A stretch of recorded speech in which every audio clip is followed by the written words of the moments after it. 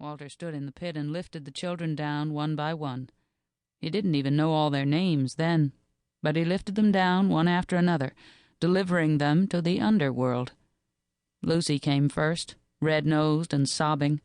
Bucky dropped into his arms, light as a feather, his eyes squeezed shut, his freckles vivid against blanched skin.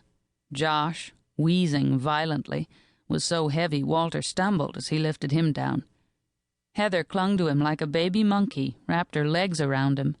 When an impatient voice called from above, Walter had to peel her off. Sue Ellen and Sandra came clutching on to each other, whimpering. Conrad was moving his lips in silent prayer. Philip was shaking violently, and he had wet his pants. Brandon's face was dark red with rage. Kim was looking around, wide-eyed and stunned. Hector was the last one. Walter knew Hector's name well because he tended to get into trouble on the bus. He was struggling against the hands pushing him from above. He pushed Walter away with his foot and jumped down, landing hard. Ow, shit. His lip was bleeding. At least someone had fought back. The kids wandered into the cavity of the gutted bus and stood looking around in stunned silence. Above them, the wood cover was slid into place over the opening. The space they stood in seemed to shrink. They were the 12 of them sealed into a pit with the smell of damp, rotting earth. Buried alive. Walter thought it would be hard to think up something much worse. Then it had happened. The lights had gone off. The darkness had been so complete it had made Walter gasp. Total, absolute end-of-the-world darkness. The darkness of the grave.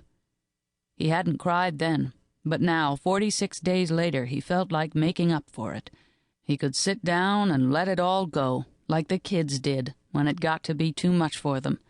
They would just sit down and sob their hearts out, and afterward they'd feel all mellow for a while, their eyes red and their cheeks glowing. But if Walter did that, the kids might think he'd given up hope, and then they might get more scared than they were already, which was pretty goddamn scared. No, he wouldn't cry today. Anyway, he needed to get on with the count. Crying could wait, but the count had to be done, every morning before 6 a.m. It had turned into a ritual, this counting business, but he felt that if he kept on doing it, just like he had been, maybe they'd all keep on being alive, just like they had been. He squinted down at the small, blurry shape curled up on the third seat from the back. In the gloom, and without his glasses, all he could see from where he was standing was the silhouette of the small, pale body against the torn brown vinyl seat. It was Bucky, of course. The smallest. 6 years old, legs skinny as a water bug's. The third seat had been Bucky's spot from the start, where he kept his white Mighty Morphin Power Ranger and the jacket he had with him that day. It was where he hummed himself to sleep at night. Lately, he had been humming himself to sleep during the day, too, or what they thought was the day. What Walter Deming's watch told him was the day. What he believed to be the day. What he told the kids was the day. Bucky's escaping into sleep all the time was probably a sane response to a nightmare situation.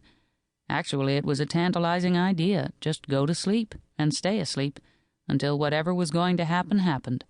A life that didn't actually require your presence. Walter Deming leaned way down until his face was just inches away from the small ear. To do the count right, he needed to see some sign of movement, some sure sign that life still resided there, that Bucky had made it through another night. He watched the delicate eyelid. After a few seconds, the lid quivered slightly. He kept watching until it happened again, just to be sure. Then he exhaled slowly and straightened up. Good. Bucky made 8. He thought of something and leaned back down. The boy looked different. What was it? He studied the small, finely molded head. His hair. Yes, Bucky's dark hair had grown so shaggy it covered most of his ear. Even the cowlicks that used to stick up seemed weighted down now. In only 46 days it had grown that much. Haircuts. One more thing to think about, or to add to his list of things he should be thinking of, but wasn't. God knows they hadn't devoted much effort to personal hygiene, but they didn't have much to work with. No hot water, no soap. He put